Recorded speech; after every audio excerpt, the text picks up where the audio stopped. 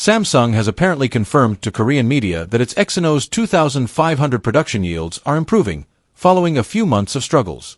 So, the company plans on equipping both the Galaxy Z Flip 7 and the Galaxy Z Flip FE, which is also expected in 2025, with the Exynos 2500 SoC. That may of course prove rather controversial, seeing as how the Exynos chipset's reputation hasn't been amazing over the past few years.